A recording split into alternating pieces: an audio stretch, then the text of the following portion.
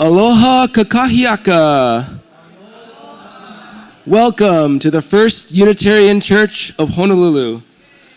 We are our beloved community, boldly growing compassion, justice, and joy.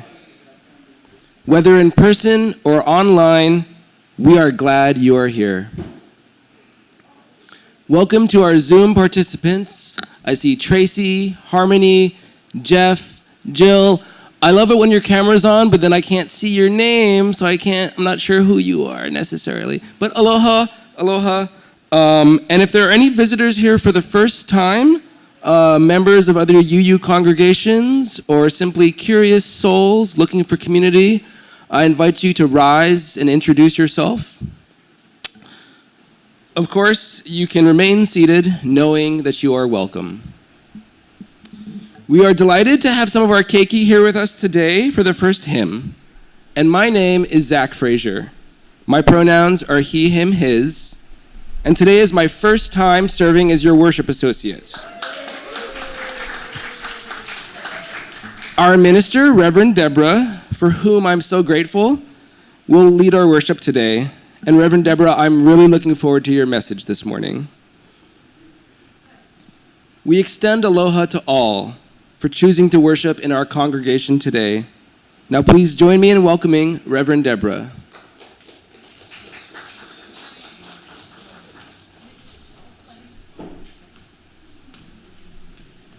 Apologies, Catherine. We're going to have Catherine come up and help with our chalice lighting this morning.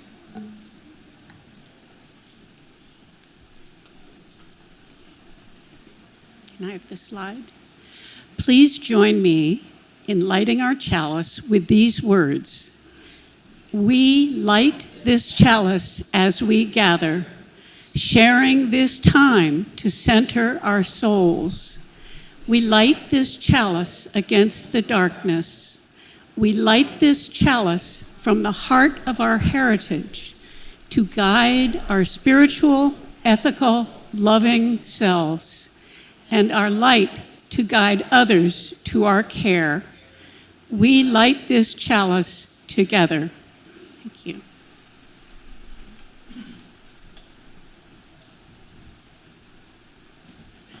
Now I'd like to invite some of our religious educators, Karen, and any of the keiki who participated. So Catherine, come back up again. Coraline, why don't you come on up to present our children's mural.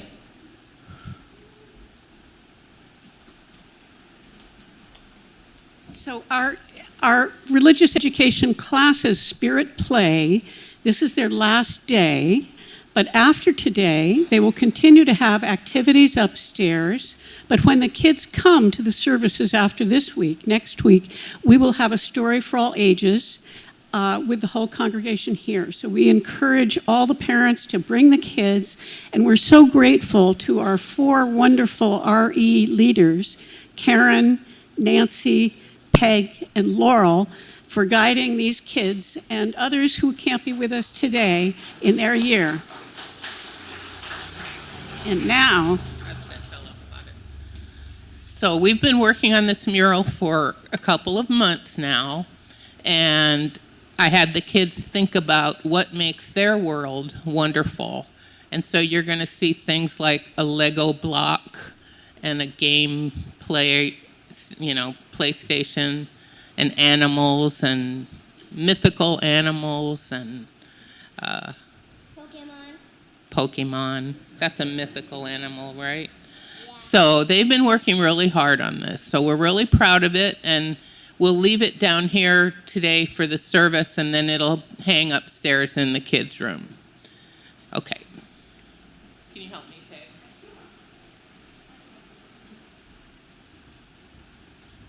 This was one of the black-footed birds.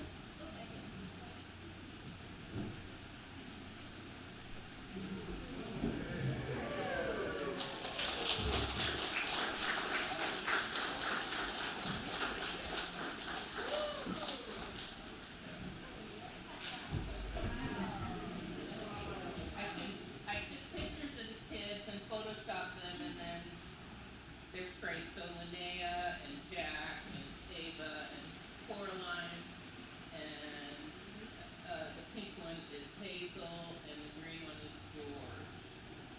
Some of the kids weren't here for that, so they didn't get their portrait traced. Okay, so we'll put it. Oh.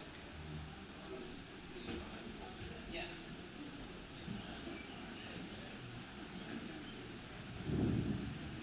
Just for today. where do you want? Right here? No, I was gonna put it over here. Watch out for the corners.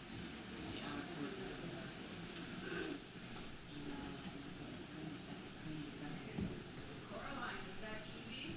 Yeah. Great, you gave it a rest. Nice.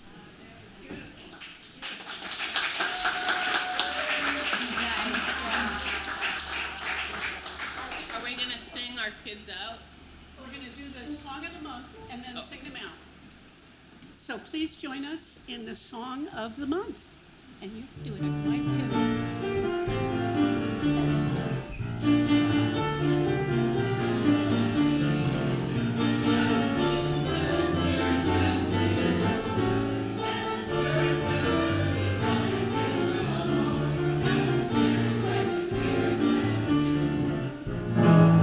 Spirit says you,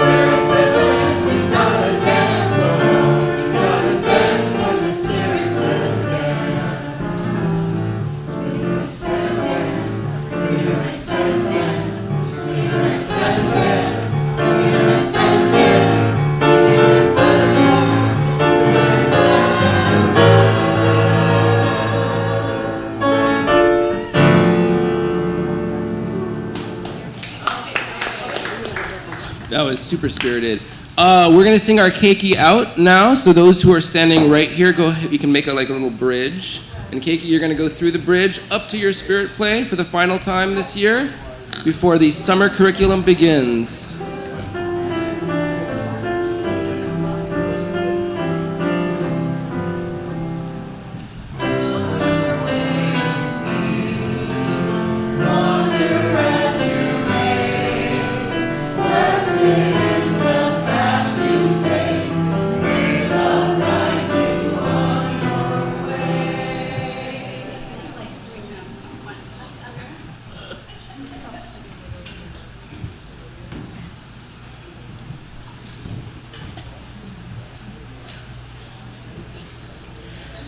Ian, may I have the next slide? I've written a poem for you all for this service today, and I'm going to recite it and you'll be able to read along.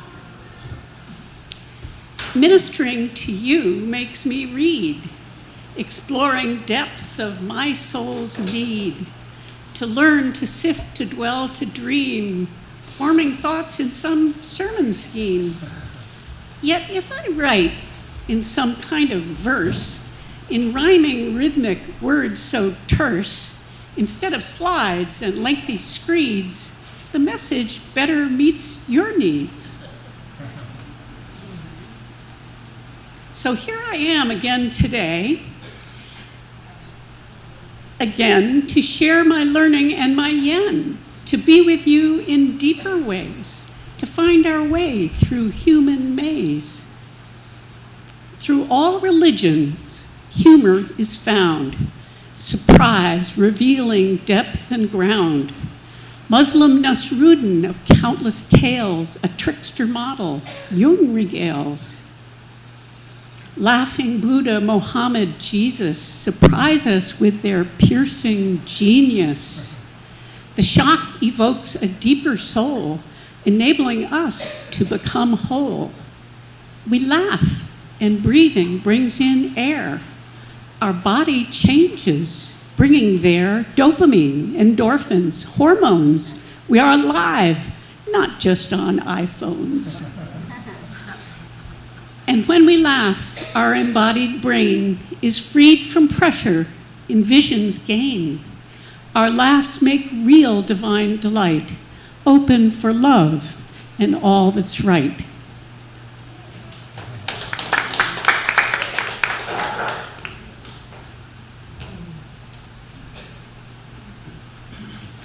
And now, seated or standing, please lift your voices in song once more for hymn number 1028, The Fire of Commitment.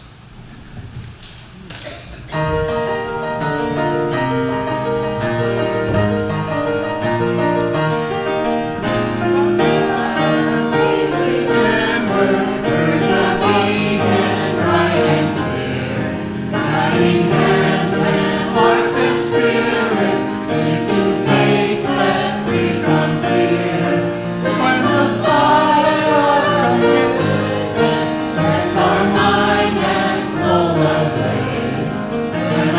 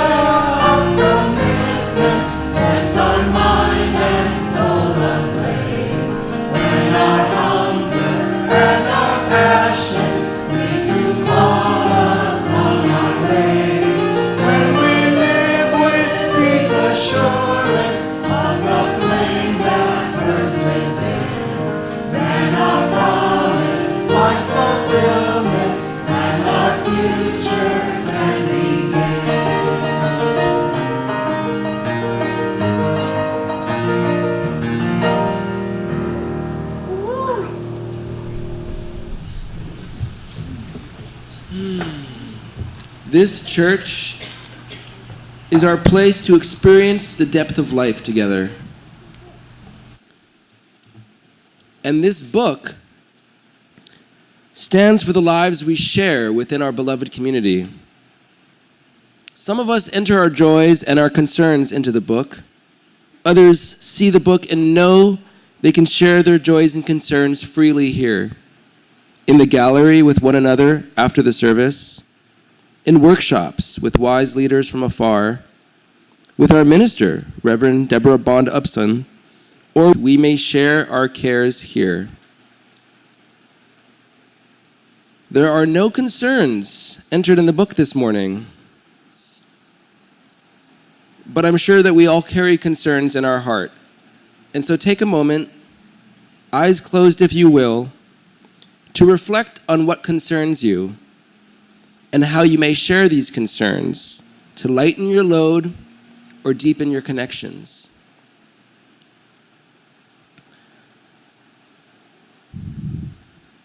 There are joys shared in our book.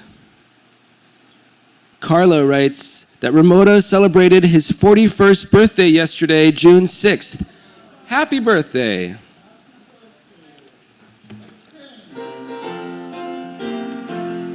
Happy birthday to you. Happy birthday to you. Happy birthday, dear Ramona. Happy birthday to you. Another joy we have is from Michelle Tucker, daughter of now passed Rosemary Tucker, who is a member of our congregation for many years. She writes that every day when she passes the Unitarian Church on her way to work, she gives thanks that we arrived in Hawaii just in time to answer the prayers of her mother. We are a blessing that she had wished for so many years.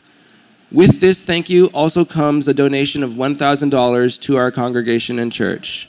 So mahalo so much, Michelle. Take a moment now to recall your own joys and the ways that sharing these joys may inspire a wider happiness.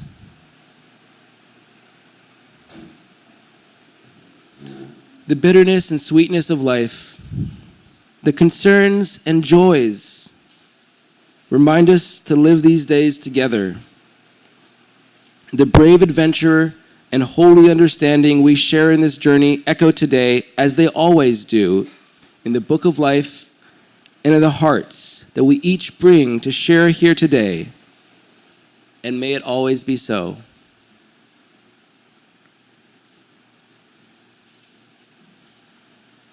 How fortunate we are to look at the suffering of the world and give to provide some relief. It is a privilege to give our whole offering today and every Sunday to people and causes that benefit from our loving concern. This month, Pride Month, we are supporting the Hawaii Health and Harm Reduction Center, where I am honored to work. To share a little bit about the history and mission of the agency, one of my favorite people in the whole world, Pono Nui Kabrina, is here. Not only does he bring knowledge, wisdom, kindness, and aloha, but he brings a profoundly spiritual levity in the form of an original song that I think you will all enjoy immensely. Please welcome Pono.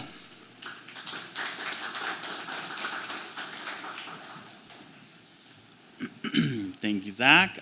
Good morning and happy Pride Month. Aloha. And thank you to the First Unitarian Church of Honolulu for the opportunity to be here today.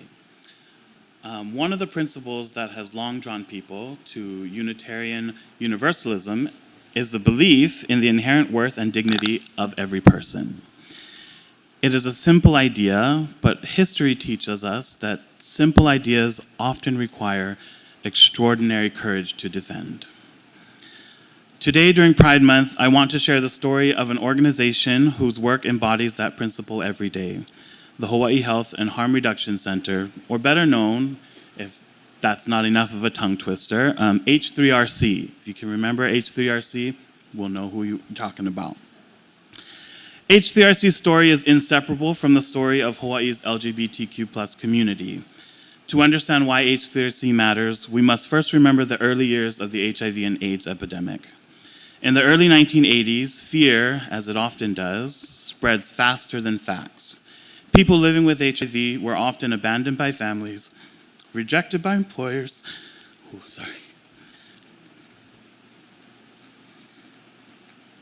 denied medical care, and treated as though their lives mattered less than others. Gay men, people of trans experience, and many others found themselves facing not only a devastating disease, but also crushing stigma. Here in Hawaii, community members stepped forward when institutions often failed to do so. In 1983, what eventually would become H3RC began its work through an organization known as Life Foundation, providing HIV education, prevention, support, and compassionate care at a time when many people were unwilling to even say the word AIDS out loud. Today, H3RC recognizes that legacy and profoundly identifies itself as the oldest and largest LGBTQ+ service organization in the Pacific. For more than 4 decades, the organization has stood beside those whom society too often pushed aside.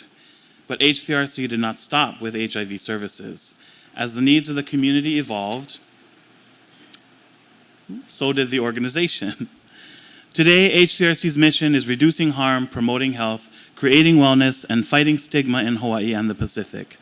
It serves people living with HIV, individuals experiencing houselessness, people struggling with substance use disorders, Native Hawaiian communities, the LGBTQ+ individuals, and particularly transgender and gender diverse people. Their services include HIV prevention and treatment support, sexual health testing, PrEP services, gender affirming care, hormone replacement therapy, gender case management, behavioral health support, outreach programs, overdose prevention, syringe exchange services, healthcare navigation, and educational training for organizations throughout Hawaii. You name it, we've probably got a program that covers it. Those are important services, but services alone are not enough.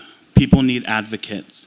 People need someone willing to stand up and say that healthcare is a human right, that dignity is a human right, that being yourself is a human right.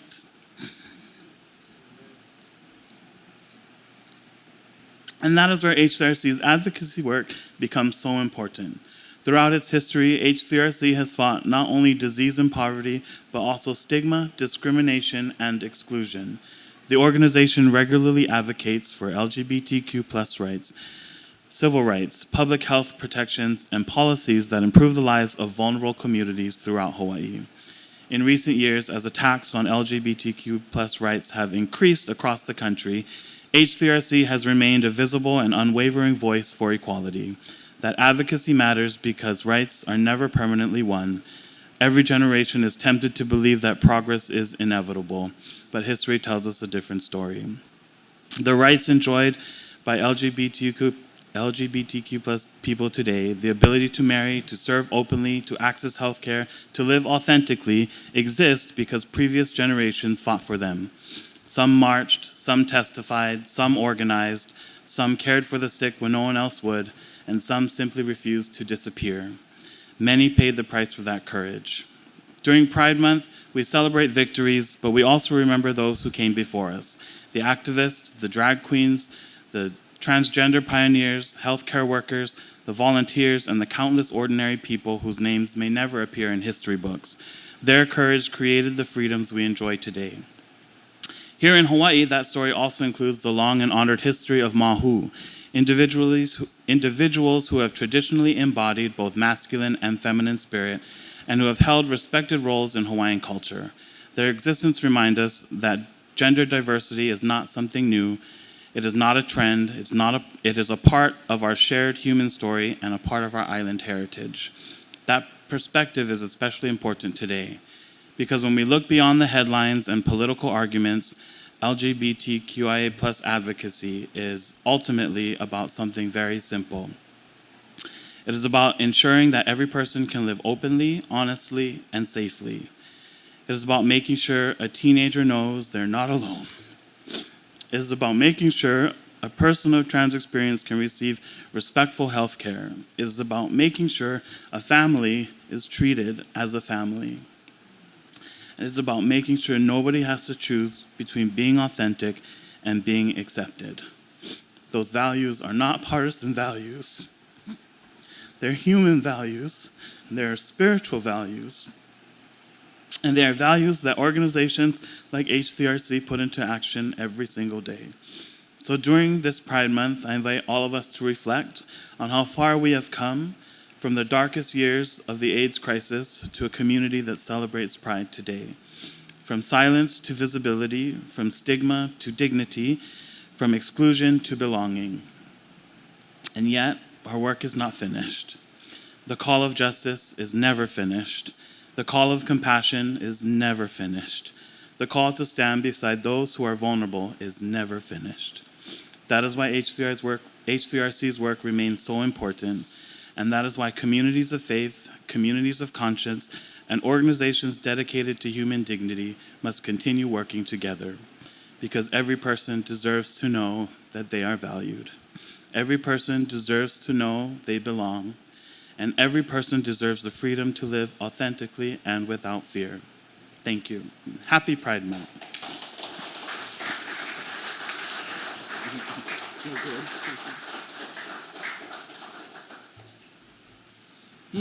Thank you so much, Pono. As the calabash goes around, Switch.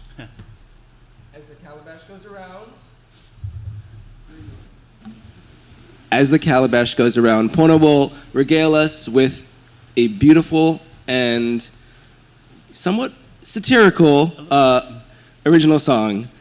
Go ahead. And thank you, Keith. You may recognize the melody.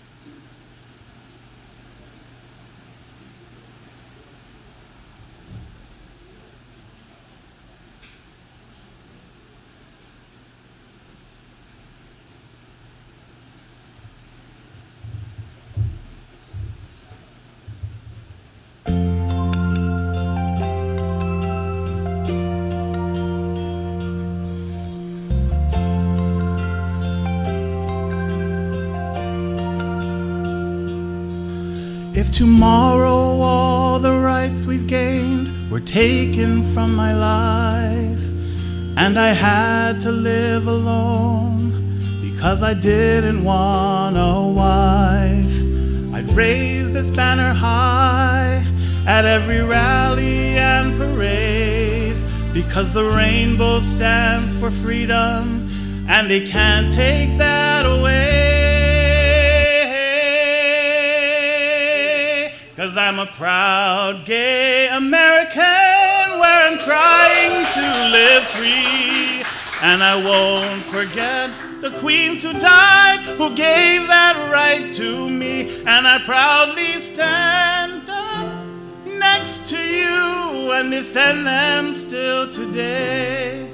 'Cause let's find the right key. What ain't no doubt I love this land. God bless gay USA.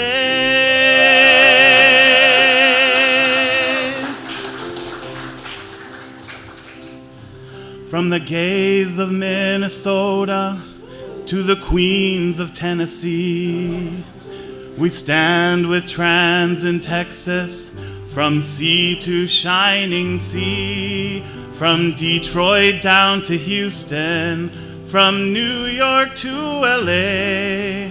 There's a pride parade in every town, 'cause the gays are here to stay. And I'm a proud gay American, where at least I know I'm free.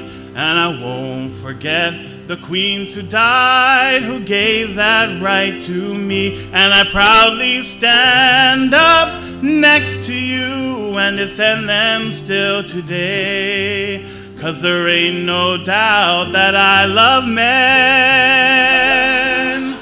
God bless gay USA.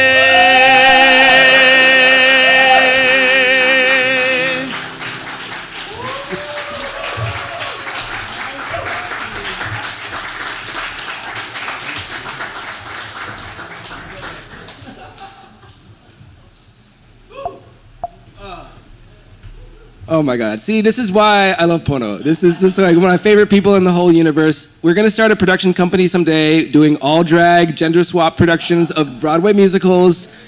Come to our premiere feature of Jesus Christ Superstar, all in drag next Easter. I tell you, it's going to happen. All right, let's sing all together now. Again, mahalo for Pono, and mahalo to all of you for giving so freely and so generously this Sunday morning.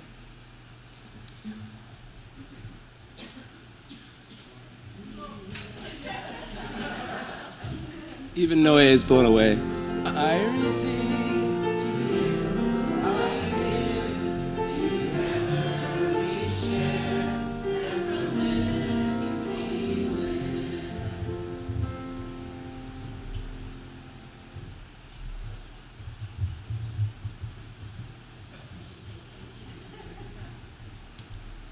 Mahalo again, everybody.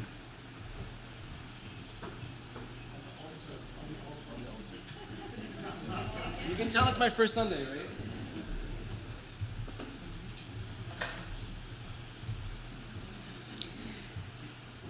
So I have noticed that religions use humor on us.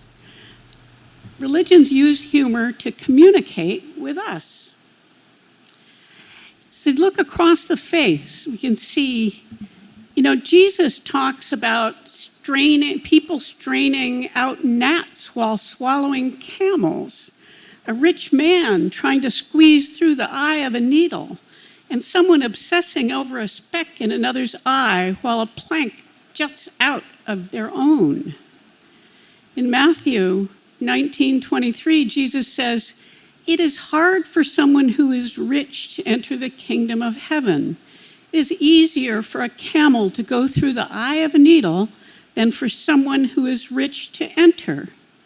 So why would he use this kind of language and summon up this image? It's funny, it's surprising, it's not likely, it caught the imagination, it stopped people's ordinary thinking and made them open to a different way of thinking. And also, it's memorable. 100 years later, a few people were writing about this. Scholars say these kinds of almost absurd illustrations are not just comic images, but they're meant to get people laughing and then thinking. Humor that disarms and invites them into a new way of seeing the world. Jesus used the absurd to awaken joy and trust in a world where justice, gentleness, reverence, and humor belong together, but were not always there. In Exodus, in the Hebrew Bible, Moses trudges up and gets the tablets and is proudly carrying them down to the Israelites when he finds that Aaron has taken some gold and modeled the golden calf and has the Israelites worshiping the golden calf. Imagine how it felt to come down carrying the tablets and see this happening, this sacrilege. So he turned to Aaron and said, "What did the people do to you that you have brought such a great sin upon them?" And Aaron replied, in effect, they gave me gold, I threw it in the fire, it just turned into a calf. Aaron's reply is absurd and memorable, and it evoked a knowing laugh at the way we too concoct ridiculous explanations for what we may do. The larger Exodus arc has a tragic-comic rhythm. God does astonishing miracles, and the people grumble about water, food, and leadership almost immediately afterward. Modern interpreters and storytellers lean into these patterns as gentle humor about human inconsistency. And hearing the story, we can recognize ourselves in Israel's complaints and contradictions, and the recognition itself can evoke both a wince and a laugh. Early Buddhist texts and later traditions preserve both explicit and implicit humor, sometimes quite dry, in the Buddha's interactions. Commentators note that he sometimes used absurd similes and gentle satire to puncture spiritual pride or wrong views. For example, Venerable Nagasamala listens to a long and important discourse and exclaims to Buddha that it made his hair on his body stand on end. And he asks Buddha, "What should this talk be called?" And Buddha responds, hair-raising discourse? A small wry joke that shows him riffing off his disciples' words with a light, affectionate playfulness. And the laughing Buddha imagery that we all know, and the idea that enlightenment allows one to laugh at one's own foolishness, show us the depth of humor in Buddhist spiritual imagination. And it's true of Islam as well. Muslim scholars of prophetic humor emphasize that Prophet Muhammad's life included moments of just playful, lighthearted interaction, always truthful and kind. Accounts describe him joking with children, giving them affectionate nicknames, making ordinary remarks in a way that elicited gentle laughter without belittling anyone. Contemporary educators summarize the prophetic pattern this way: the humor is a tool for bonding, educating, and bringing joy, rooted in truth and never used to hurt or humiliate. Muslims liked humor so much that the Sufi Muslim Nasruddin, how many of you know of Nasruddin? Do you recognize that name? There are hundreds of tales of Nasruddin, who became the fool archetype that Jung pointed to as well. Now, this story is a medieval story, but you may recognize it and think it was pretty current. One evening, Nasruddin is walking near a street lamp, searching through the grass and bushes, and his friend comes by and says, "Nasruddin, what's the problem? What are you looking for?" And he says, "My key, I can't find my key." So the neighbor helps, and they're on their hands and knees. They search for a long time, and finally the friend says to Nasruddin, "Where did you last see the key?" And Nasruddin says, "In the house." And the friend says, "So why are we looking out here in the street?" And he said, "The light is better here."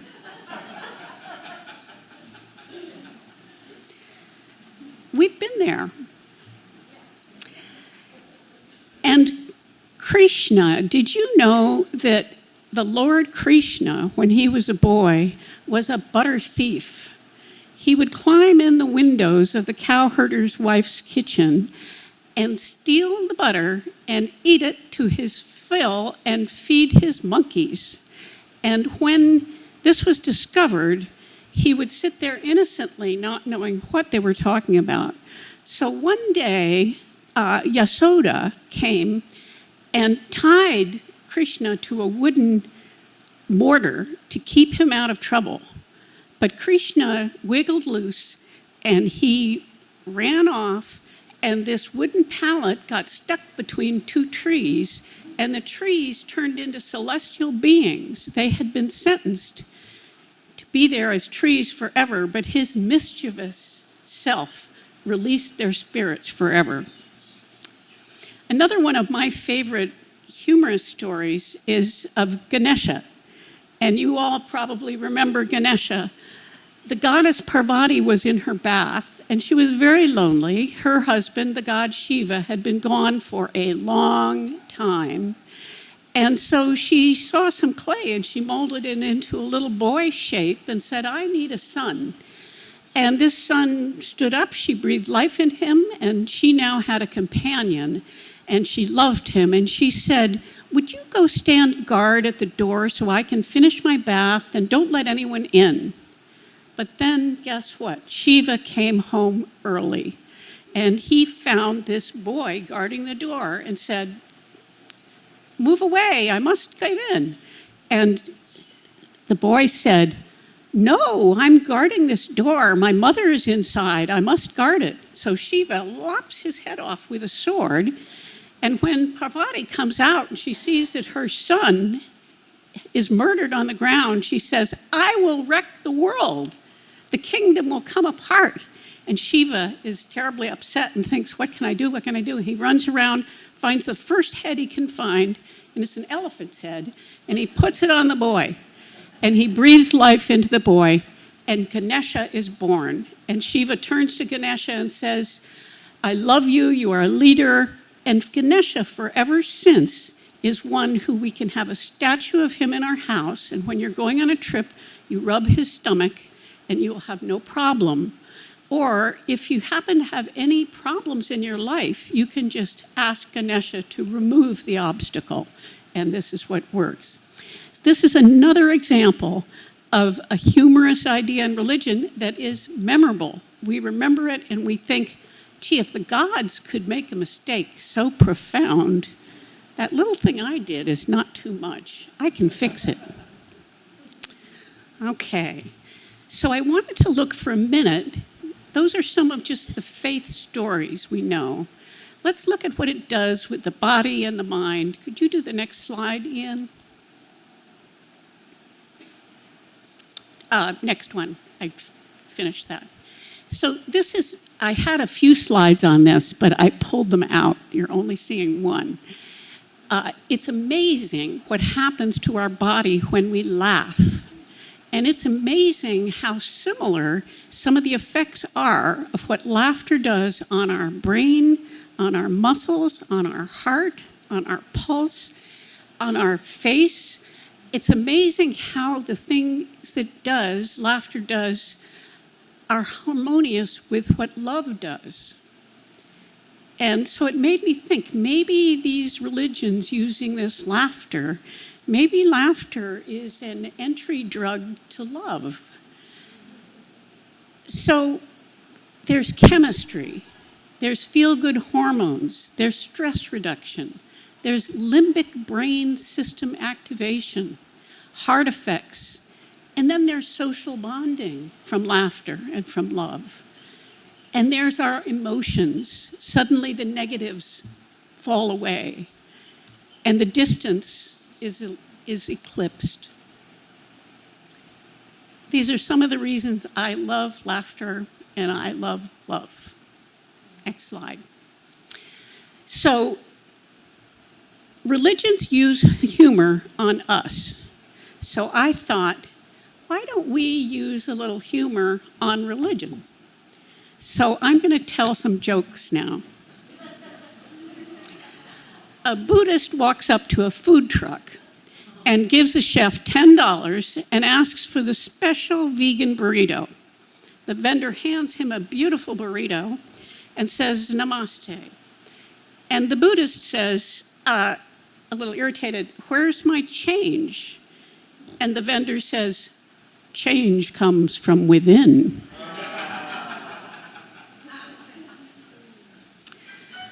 A Christian dares to ask God, how long is 1,000,000 years to you? And God replies, to me, it's just about a minute. The Christian asks, how much is $1,000,000 to you? God replies, to me, it's a penny. So the Christian thinks and says, hopefully, may I have a penny? And God replies, sure, just a minute. This next joke I first heard, I think, 65 years ago by my father before he had surgery for throat cancer when his voice was big. And he'd grown up in Brooklyn, and he told me, a faithful Jewish man walks to the temple in Brooklyn weeping to meet his rabbi.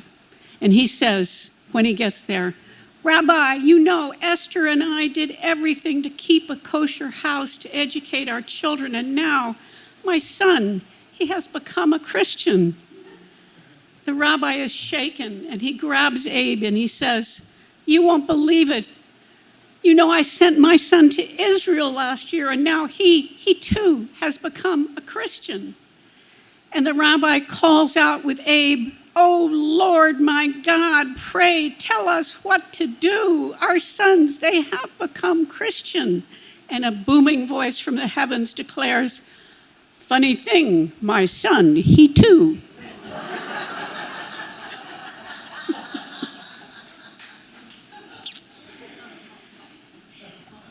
Ronald Reagan told a joke about a clergyman and a politician arriving at Heaven's Gate.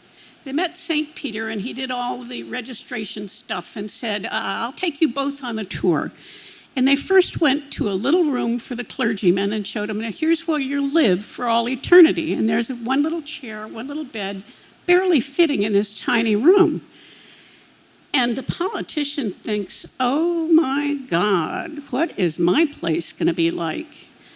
But St. Peter leaves the clergyman and takes the politician on, walking around, and he stops in front of a huge mansion with beautiful grounds and many servants. And the politician looks at St. Peter and says, this can't be for me. And St. Peter says, oh yes, it is. And he says, well, how can you give that little room to the holy man and this mansion to me? And St. Peter said, well, you've got to understand how things are here. We've got millions of clergymen, but you're the first politician to ever make it.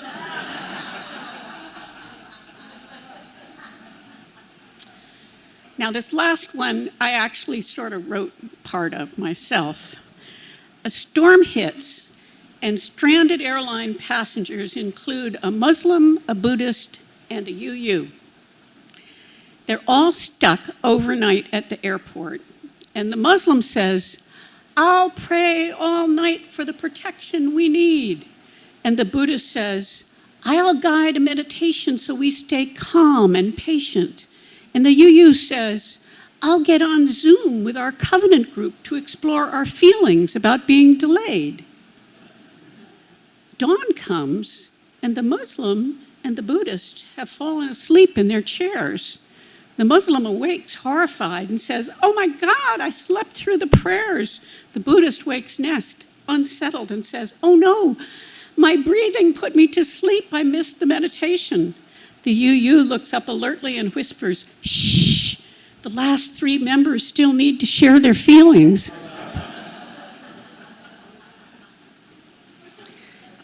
That's the end of my message.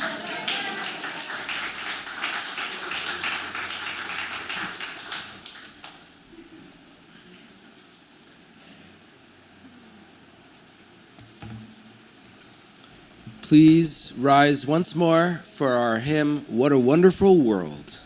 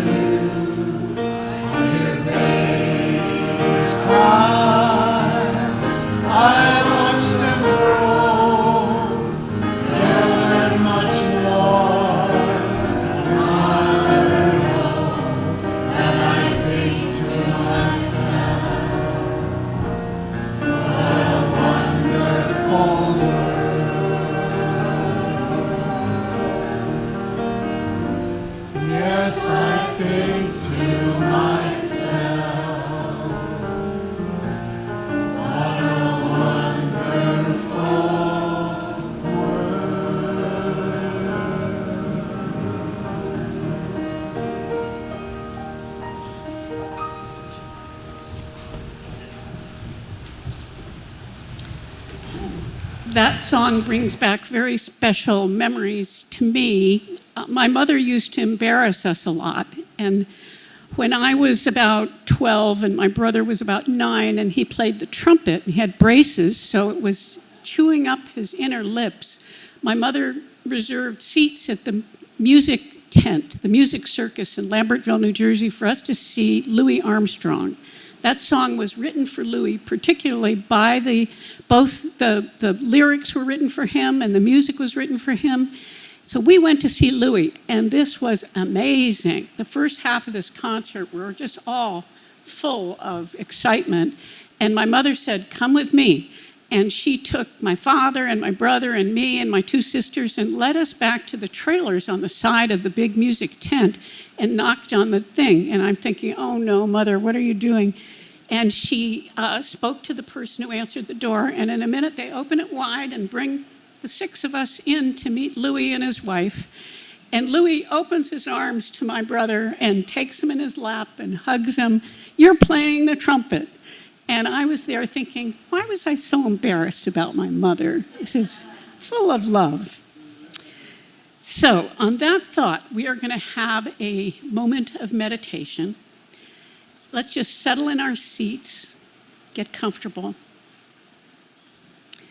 I'd like us to close our eyes and remember, can we think of anything that amused us? Of a moment of laughter.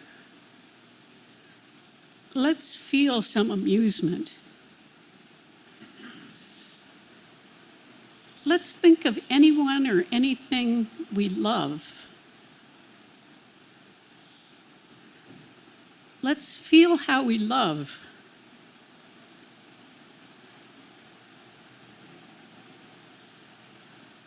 Let's feel how feeling the love changes our insides. Let's welcome love. Enjoy love. Let it spread out throughout our sanctuary.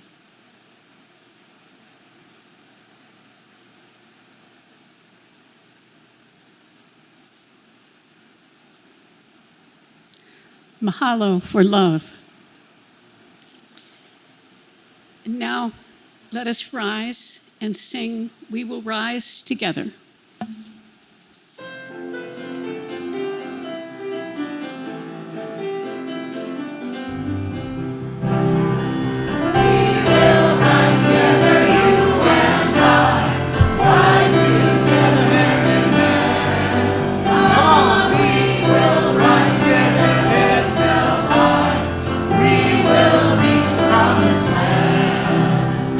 Come, my friend, I see lighter days.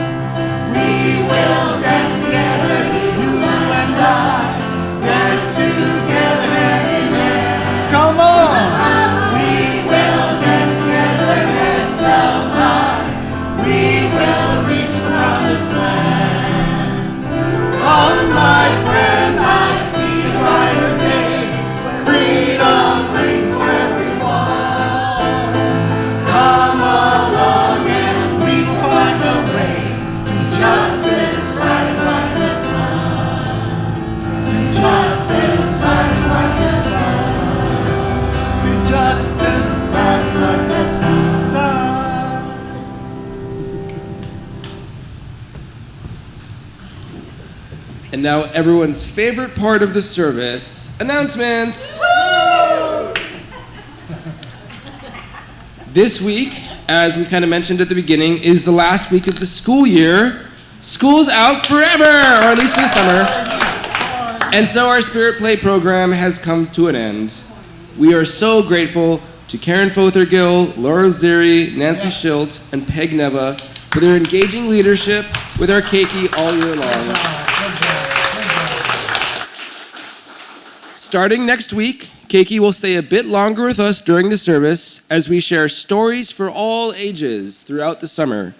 And then we sing them off to activities upstairs following the story each week. This month is also National Pride Month. We will be honoring and celebrating it, not only with next week's service, Come Home, a Pride sermon on the body as holy ground by our good friend, Pastor Keola Whitaker, but also by a visit from nationally known LGBTQIA journalist and author Nico Lang. On June 27th at 5 p.m., we are hosting a panel of 5 key leaders and a book signing on the topic of their book, Nico's book, American Teenager, How Trans Kids Are Surviving Hate and Finding Joy in This Turbulent Era. Then the following Sunday, Nico will be leading our Sunday service. Our social justice team has partnered with the Interfaith Alliance of Hawaii and the Hawaii Children's Action Network to deliver monthly First Tuesday Zoom conversations on social justice, democracy, and belonging. Please sign up on our website, and the first discussion will be held next month, July 7th at 6:30 p.m. Holy Drivers, Holy Rollers, or Uber, the first volunteer for our new carpool service gets to choose the name and name it whatever they want. Please let Reverend Deborah know if you can help transport people for Sunday services and for meetings. There is also a new exhibit in the gallery this morning titled Social Consciousness and Nature by Honolulu artist Philip Riley. Philip, will you stand? Thank you, Philip. Philip has become a frequent visitor here to our church. His sensitivity and eye for detail, as well as concern for his fellow citizens, enables him to paint authentic and respectful paintings of citizens who find themselves houseless and on the streets. In contrast, he also paints moody and mysterious landscapes. An artist reception is scheduled for June 13th from 4 to 6 p.m. Finally, please stay for our June town hall led by our board vice president, Catherine Graham. And I urge you to stay for this important town hall, not just because Catherine is my mom, but because it will include the results of our recent ministerial survey shared by our Ministerial Relations Committee. And now for the extinguishing of our chalice.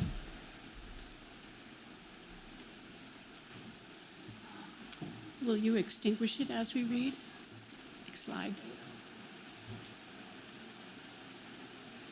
Please join me in speaking our extinguishing words. This chalice stands for us.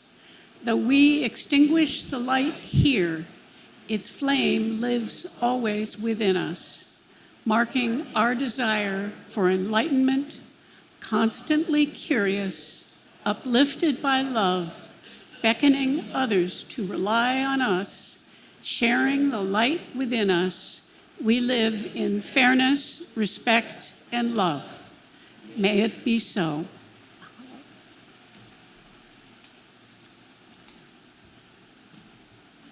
And finally, our song of peace, Hawaii Aloha.